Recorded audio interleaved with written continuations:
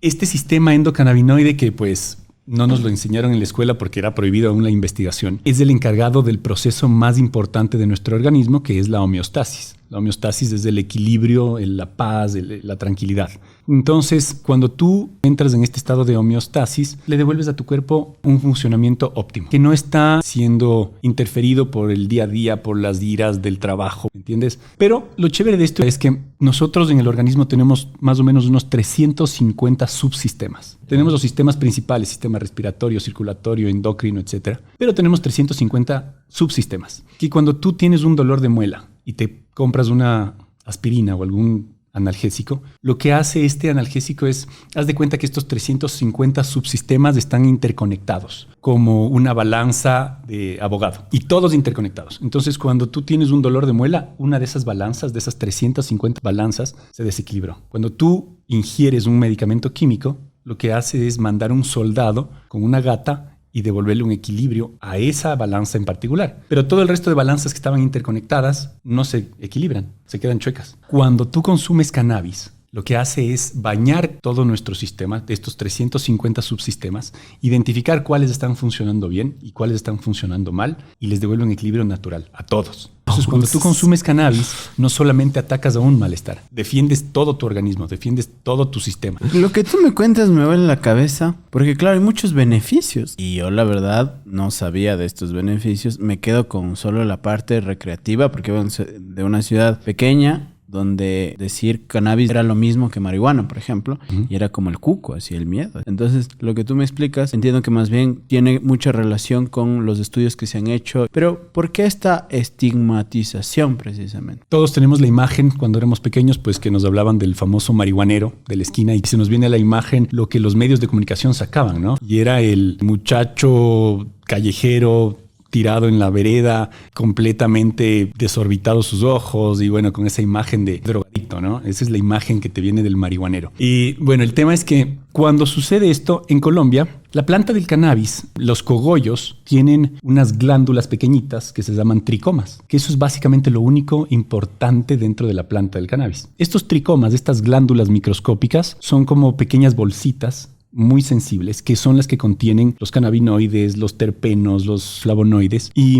cuando tú la aplastas a la planta, pues no sé si alguna vez tocaron una planta de cannabis, te queda pegajoso. Es porque se extruyen, se revientan estas bolsitas y se salen los cannabinoides. Entonces, cuando existía el narcotráfico en la época de Pablo Escobar, lo que hacían es cultivaban la marihuana, la probaban, les surtía efecto, y para poderla comercializar y exportar, lo que hacían era compactarla a presiones sumamente altas, hacer estos famosos bloques, y de esa manera vendían la marihuana. Al llegar a destino, esta marihuana pues ya no tenía el efecto porque todas estas glándulas se habían extruido. Entonces, cuando llegaban a destino, la gente lo probaba y decía, pues, esta es planta pura, no me sirve de nada. Y ahí fue cuando comenzaron a utilizarse distintos tipos de químicos que se les colocaba a estos bloques y generaban un efecto similar al de la marihuana, pero obviamente comenzaban a generar un tipo de dependencia en los usuarios porque ya no era un consumo natural de la marihuana, era un consumo de un elemento químico. Hablando justamente de fumar, lo que es la marihuana, hablan de varias como variedades. Dicen que esta es la orange, que esta es la deep purple, la creepy, esta es chola. ¿A qué se refieren con todo eso? Remontándonos un poco en la historia, lo que nuestros padres o nuestros abuelos fumaban en la época de los hippies era una planta de cannabis, de marihuana, con un porcentaje de THC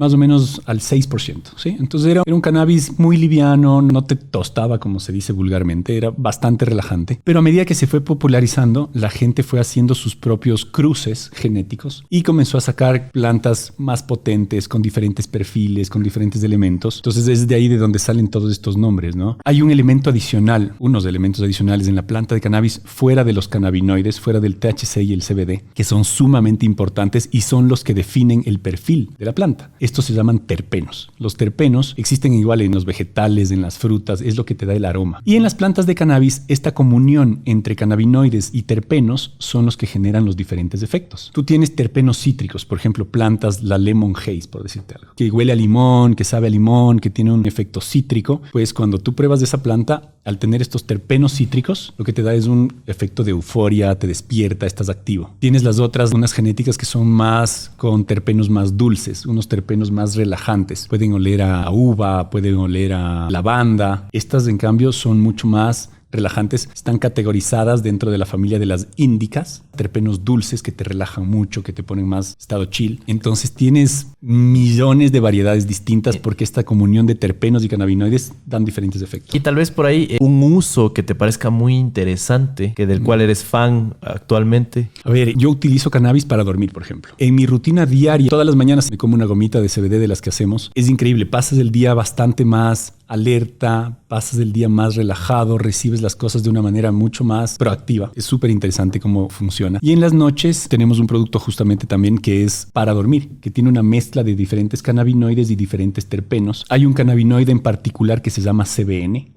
que es el THC oxidado. No sé si es que alguna vez experimentaron fumar una planta de marihuana que les causó mucho sueño. Esto sucede porque o se le expuso mucho tiempo al sol o es una planta muy vieja. Entonces, al igual que el proceso de una moneda que se oxida, el THC sufre el mismo proceso. Esta molécula comienza a oxidarse por presencia del sol, del oxígeno y demás, y transforma su estructura molecular y se transforma en CBN. Deja de ser psicoactiva y se convierte en narcótica. Pues ya no te vuela, pero te induce en el sueño. Entonces esta molécula, el CBN, es espectacular para conciliar el sueño. Puede sustituir tranquilamente este efecto químico que tienen ciertas pastillas para dormir, como hablábamos, ¿no? Y esa es la clave. Tenemos muchísimos clientes nosotros que vienen justamente porque después de la pandemia no pueden dormir o el insomnio. Bueno, creo que es un mal común no solamente del ecuatoriano, sino de mucha gente a nivel mundial, ¿no? ¿Y qué sucede? Cuando tú consumes un químico, una pastilla para dormir, lo que hace es hacerte un corte neuronal. Hace que dejes de tener sinapsis, interconexión neuronal. Entonces estas pastillas lo que hacen es bloquear tu cerebro, noquearte por completo e inducirte en sueño. Cuando tú tomas estas pastillas químicas, no descansas, no sueñas. Es un sueño inducido muy potente, pero amaneces chuchaqui con dolores de nuca y todo esto porque tu cerebro perdió estas conexiones y tienes que recuperarlas al momento de despertarte. No así con el cannabis. El cannabis te induce en un sueño 100% natural, no te corta la sinapsis y te permite incluso soñar. Tú descansas de una manera completamente natural, tienes tus sueños normales y amaneces mucho más relajado, más descansado.